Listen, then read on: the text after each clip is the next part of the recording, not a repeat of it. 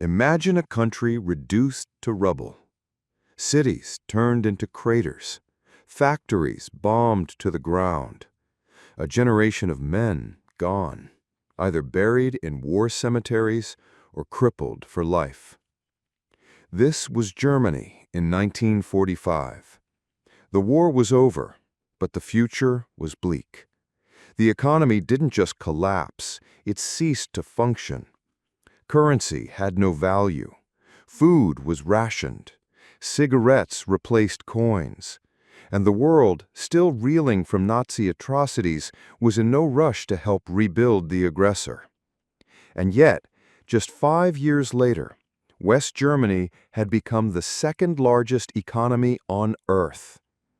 By the time the Berlin Wall fell in 1989, Germany was a global industrial titan, right behind the United States and Japan. So how did this happen? How did a defeated, disgraced, and divided nation claw its way back to power without starting another war? In today's episode, we dive deep into one of the most extraordinary transformations in modern history, an economic resurrection engineered through foreign strategy, bold domestic reform, and one very timely war.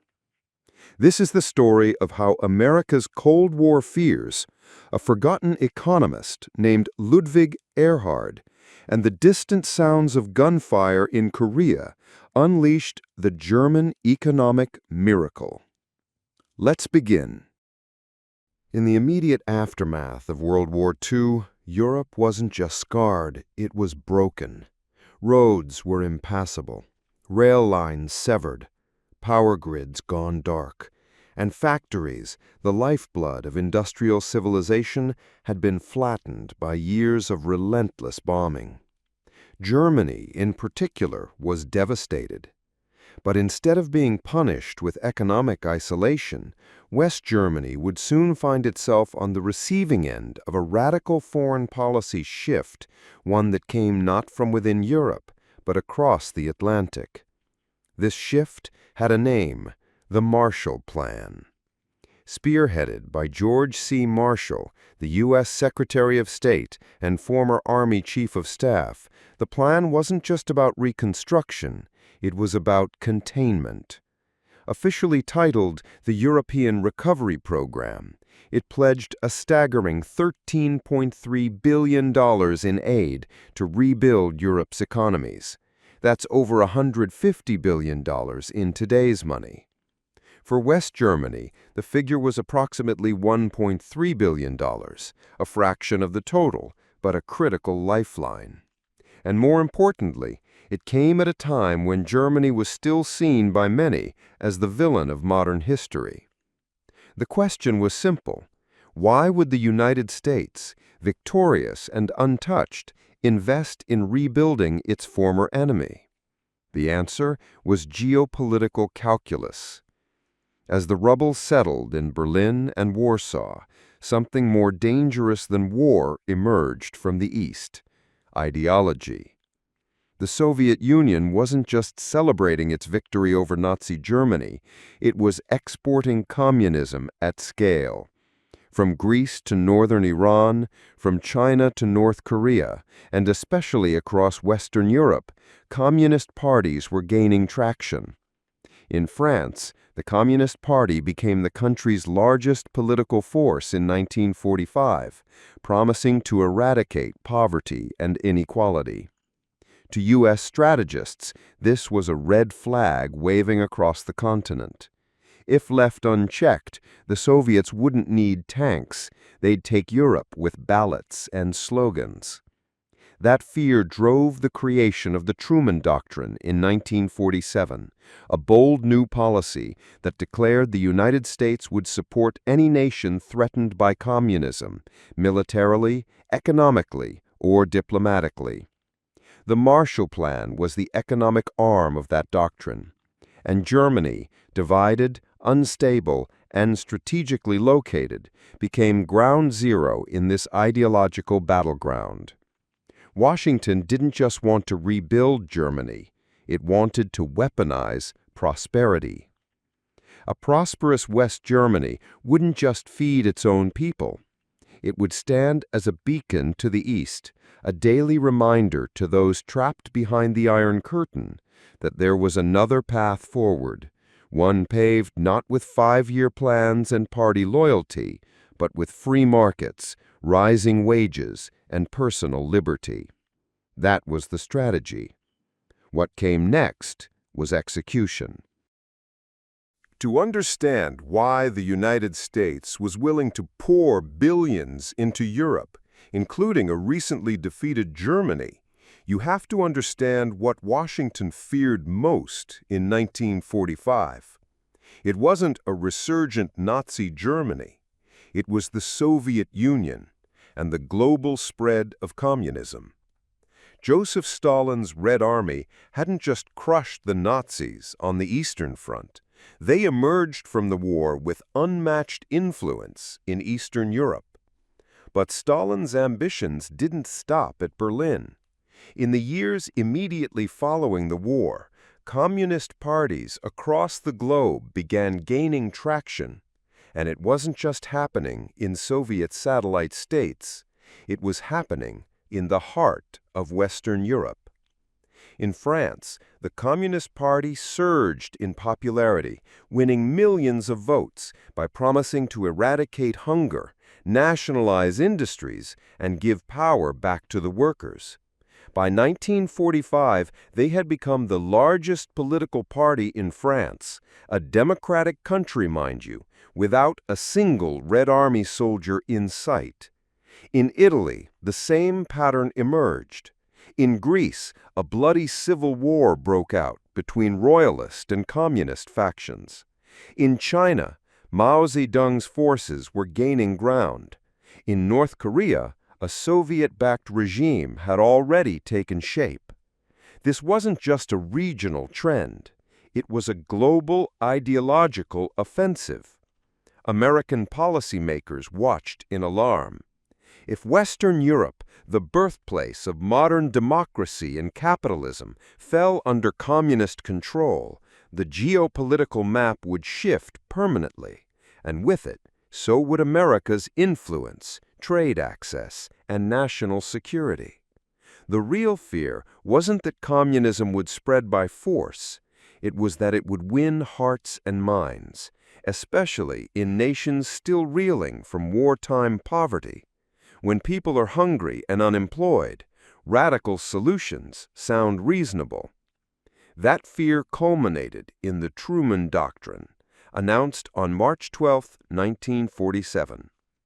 In it, President Harry Truman made America's new role clear. The United States would support any nation resisting communism, with economic aid if possible, and military force if necessary. The doctrine wasn't just policy, it was a global declaration of ideological war. And this doctrine paved the way to the Marshall Plan, which was more than just generous foreign aid. It was a deliberate counteroffensive, one designed to stabilize vulnerable economies before communism could take root. And at the very center of this effort? West Germany. Geographically, it sat on the front lines between East and West. Economically, it was shuttered. Politically, it was a clean slate. But if Washington could turn West Germany into a capitalist success story, it would deal a devastating blow to Soviet propaganda. The stakes weren't just national, they were global. This wasn't just about rebuilding cities. It was about winning the soul of Europe. Now, let's zoom in on the most critical square on the Cold War chessboard. Germany, or more precisely, West Germany. After World War II, Germany was carved into 4 occupation zones, each controlled by a victorious Allied power: the United States, the United Kingdom, France, and the Soviet Union. But it didn't take long for ideological fractures to turn into political divides. By 1949, Germany was officially split in two. The Federal Republic of Germany, better known as West Germany, was backed by the U.S. and its Western allies. The East German Democratic Republic, or East Germany, fell under Soviet control. What made West Germany so strategically important wasn't just its location, it was its symbolism. To the east, it was enemy territory. To the west, it was a potential stronghold. To the world, it was a test. Could capitalism revive a nation from the ashes of fascism? That's why West Germany was a central focus of the Marshall Plan. On April 3, 1948, President Harry Truman signed the Marshall Plan into law. The plan wasn't just about financial assistance, it was about creating systems of cooperation. An Economic Cooperation Administration was established to oversee the distribution of funds, ensure accountability, and align reconstruction with American strategic goals. And while larger Western powers like France and the UK received about 20 to 30% of the total aid, West Germany received only about 10%. But don't be fooled by the smaller share. What West Germany lacked in volume, it made up for in efficiency and focus. From the moment the funds began flowing, something remarkable happened. The economies of Marshall Plan nations began to grow fast. GDPs across Europe rose between 15 and 25% during the plan's 4-year run. But West Germany? It didn't just recover to pre-war levels, it exceeded them. Factories once filled with dust and silence were now humming with machines. Coal production soared, steel returned to market. Infrastructure was rebuilt with astonishing speed. In a matter of years, the bombed-out ruins of cities like Frankfurt and Cologne began to resemble modern industrial hubs.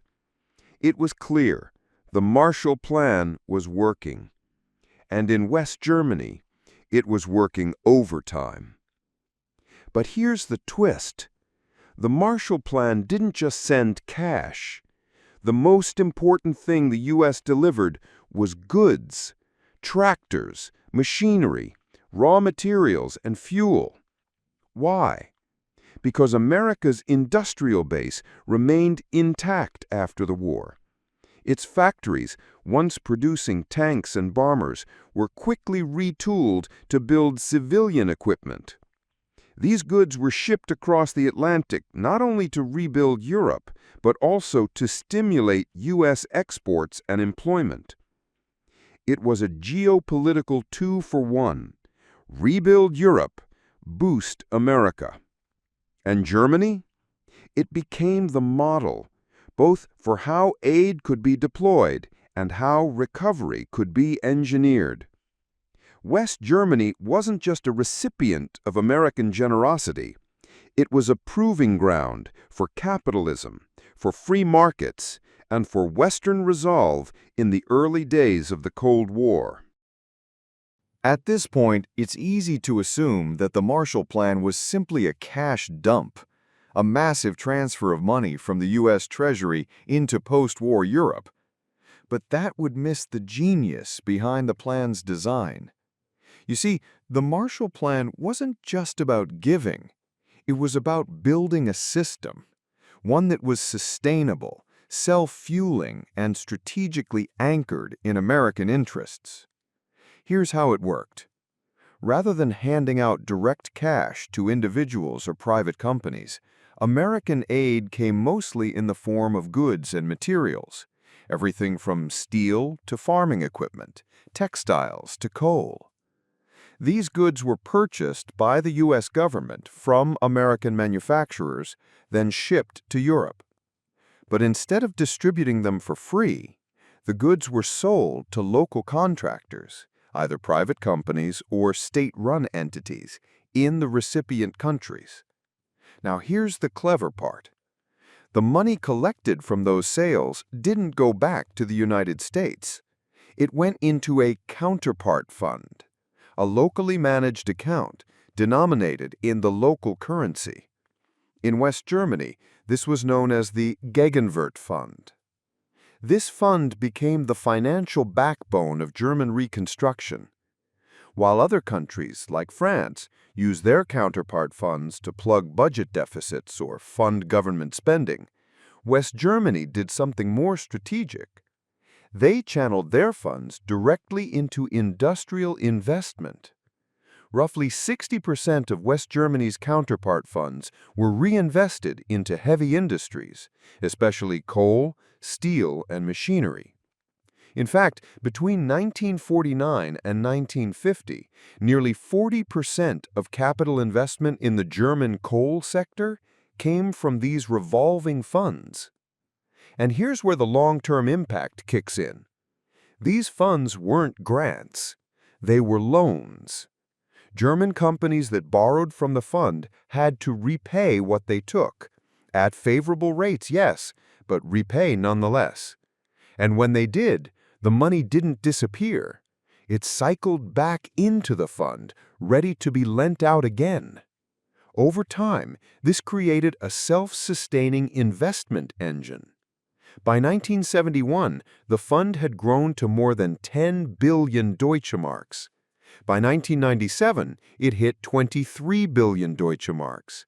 And by 1995, it had supported more than 140 billion Deutschmarks in low-interest loans to German citizens and businesses. Think about that. A one-time aid injection in the late 1940s transformed, through smart design, into a decades-long financial accelerator. The Marshall Plan didn't just rebuild Germany. It gave it the tools to rebuild itself. And in doing so, it created a new kind of aid model, one not based on dependency, but on ownership, accountability, and compound economic returns. Germany turned a U.S. strategy for Cold War influence into a blueprint for national revival. While the Marshall Plan delivered fuel, equipment, and capital, it didn't, by itself, create the miracle. That came from within Germany. More specifically, from a man named Ludwig Erhard. At the time, Erhard was the Director of Economic Affairs for the U.S.-British occupation zone in West Germany. Later, he would become the Chancellor of the Federal Republic, but in 1948, he was just an economist with an unshakable belief in free markets and the courage to defy military authorities to prove it. Here's what made Erhard a game-changer. By the summer of 1948, West Germany had received its first wave of Marshall Plan goods, but there was a problem. The economy still wasn't moving. Factories remained idle. Shops were empty. Workers refused to labor for a currency that had become worthless.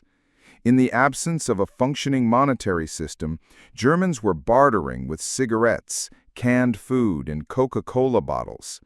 American-made cigarettes even became a de facto currency, used to buy radios, cameras, and sometimes even basic services. It was a broken system, and everyone knew it. But no one dared challenge it, except Erhard.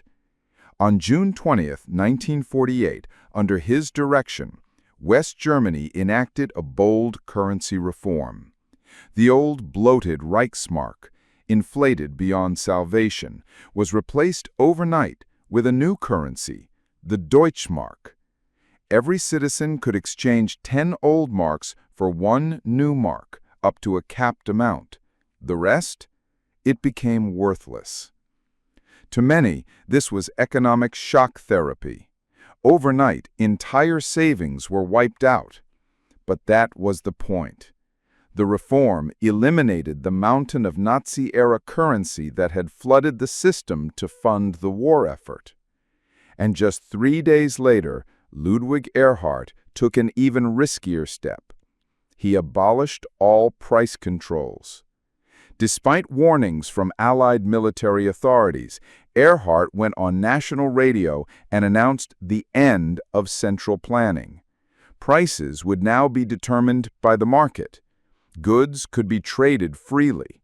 No more government rationing, no more bureaucratic interference. And the result? Instant ignition. Store shelves, which had been empty for years, suddenly filled with goods. People who had hidden merchandise in basements and warehouses now brought it out to sell. Farmers brought produce to market. Businesses opened, and most importantly, workers returned to their jobs, knowing that the currency they were being paid in finally had real value. The German economy didn't just revive, it roared to life. What Erhard had done, without waiting for permission, was trigger economic psychology. He restored confidence in the system. And when people trust that their labor has value, when they believe their money means something, they act, they spend, they invest, they produce. From June 1948 to 1952, West Germany's economy surged past pre-war levels. And this wasn't just about GDP, it was about momentum, turning a population demoralized by defeat into a society driven by ambition. Erhard was later hailed as the father of the German economic miracle, and rightly so, because no matter how much foreign aid you inject, it takes visionary leadership and bold decisions to turn opportunity into transformation. The Marshall Plan laid the foundation, but Ludwig Erhard built the engine. Sometimes the final push a country needs doesn't come from within, but from an unexpected global crisis. For West Germany, that push came in 1950 in the form of a conflict erupting thousands of miles away on the Korean peninsula. The Korean War, which broke out in June 1950, was a flashpoint in the early Cold War. It pitted South Korea and U.S.-led UN forces against North Korea backed by China and supported by the Soviet Union. It wasn't just a regional conflict. It was a high-stakes proxy war between East and West, communism and capitalism. And it sent a very clear message to the world. World War III might be closer than anyone thought. As the United States and its allies mobilized, global demand for military supplies and industrial goods surged. Steel, coal, vehicles, chemicals, uniforms, every commodity associated with war production skyrocketed in value. And though West Germany was forbidden from producing weapons under Allied restrictions, it remained a world-class industrial base. That ban didn't stop it from supplying non-lethal but essential military goods: uniform fabric, steel girders, machine parts, communications gear, and construction materials. The Korean War created a global supply vacuum, and West Germany rushed in to fill it. Just look at the numbers. In 1949, West Germany's exports totaled 4 billion Deutschmarks. By 1950, that figure doubled to 8 billion marks. In 1951, it jumped again, 14 billion marks. And by 1952, exports hit 17 billion Deutschmarks. In just 3 years, West German exports quadrupled. And it didn't stop there. The country's trade deficit, which stood at over 3 billion marks in 1949, was completely reversed. By 1953, West Germany had achieved a trade surplus of more than 2 billion marks. But this wasn't just about money. It was about momentum.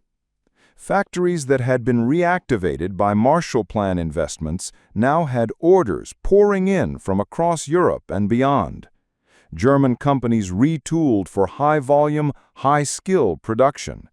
The economy became outward-facing, export-oriented, and far more competitive globally. And the labor market responded.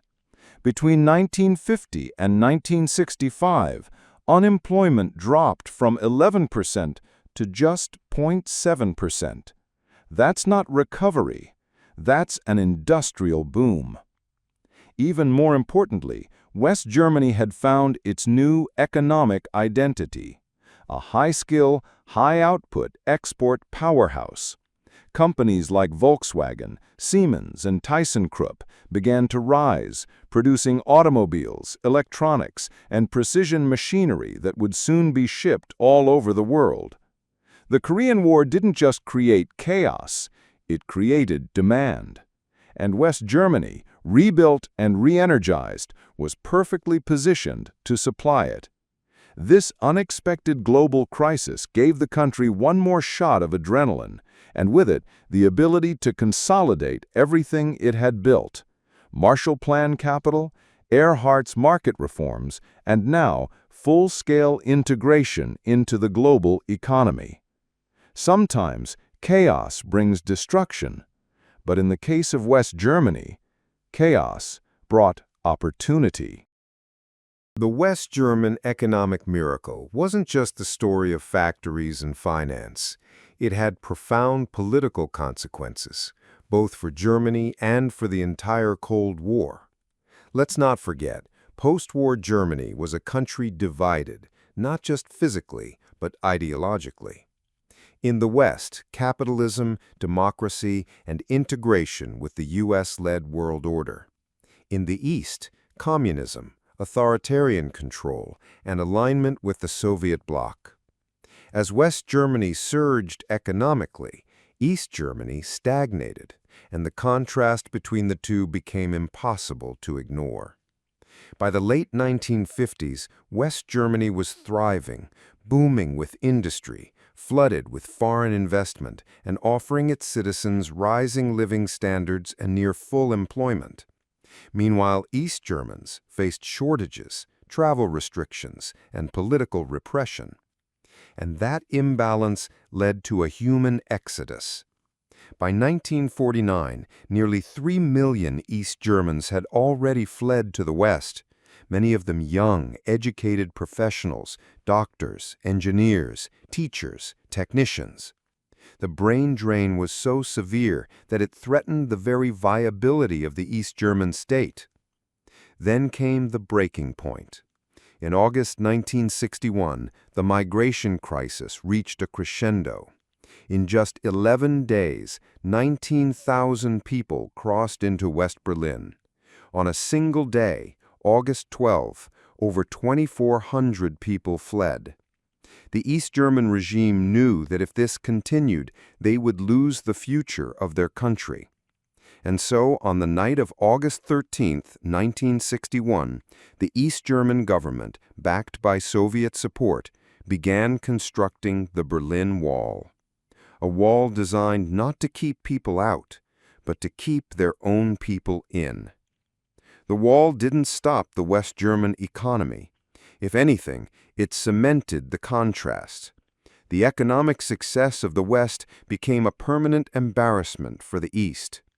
And the political symbolism only grew stronger. By the 1980s, West Germany was one of the top 3 economies in the world, behind only the US and Japan. It was a founding member of NATO, a leader in European integration, and a showcase of what Western democracy and free markets could achieve. And then, in 1989, the impossible happened. On November 9th, amid rising protests, collapsing Eastern regimes, and mounting pressure from both sides, the Berlin Wall fell. Crowds poured through the checkpoints, families reunited, flags were raised. It wasn't just a moment of celebration. It was the collapse of the Cold War's most iconic divide. Less than a year later, on October 3, 1990, East and West Germany were officially reunited into the modern-day Federal Republic of Germany. But here's the key takeaway. It wasn't just diplomacy that brought down the wall. It wasn't tanks. It wasn't treaties. It was economic reality. West Germany's post-war success, built on the Marshall Plan, empowered by Ludwig Erhard's reforms, and accelerated by global demand, became so overwhelming that it eventually rendered the East untenable. The people simply voted with their feet, long before they could vote with their ballots. And so, in the end, the German economic miracle didn't just rebuild a country. It reshaped a continent. It ended a global standoff. And it proved that prosperity can be more powerful than propaganda. The legacy of West Germany is not just in its infrastructure or in the rise of companies like Volkswagen and Siemens. It's in the fact that an economic strategy helped unify a fractured nation without a single shot fired. That is the true power of vision, discipline, and opportunity. So, what do we make of it all? How does a country, utterly destroyed, divided by ideology, distrusted by the world, become one of the greatest economic powerhouses in modern history? The answer isn't a single plan. It isn't one leader. It isn't one moment of luck. It's the convergence of vision, pressure, and execution. The Marshall Plan gave Germany a foundation, strategic capital, physical goods, and access to American markets. But aid alone doesn't create miracles. It was Germany's bold internal reforms, led by Ludwig Erhard, that unlocked the real potential. Currency reform, free market policies, a total rejection of wartime scarcity economics. And just when the economy gained traction, the world gave West Germany an opening, the Korean War. A tragic, distant conflict, but one that unleashed a wave of global demand. And West Germany, rebuilt and retooled, was ready to supply it. But here's the most profound legacy. The miracle didn't just rebuild Germany, it realigned the Cold War. West Germany's rapid success didn't just bolster NATO, it exposed the failures of the Soviet model. It gave hope to the oppressed, from East Berlin to Budapest. It turned barbed wire borders into porous walls, and ultimately, it helped bring those walls down, literally. This wasn't just economics. It was strategy. It was messaging. It was soft power at scale. And in the end, it worked. The story of West Germany's recovery reminds us that national rebirth isn't about luck or charity. It's about what you do when the world counts you out. It's about the courage to reform, the discipline to build, and the clarity to seize opportunity in chaos. From ruins to reunification, Germany didn't just survive the 20th century, it redefined it. And today, as it stands among the world's top economies, the lessons of that miracle remain relevant, not just for historians, but for every nation facing collapse, division, or doubt. Because if West Germany could come back from the edge, maybe anyone can.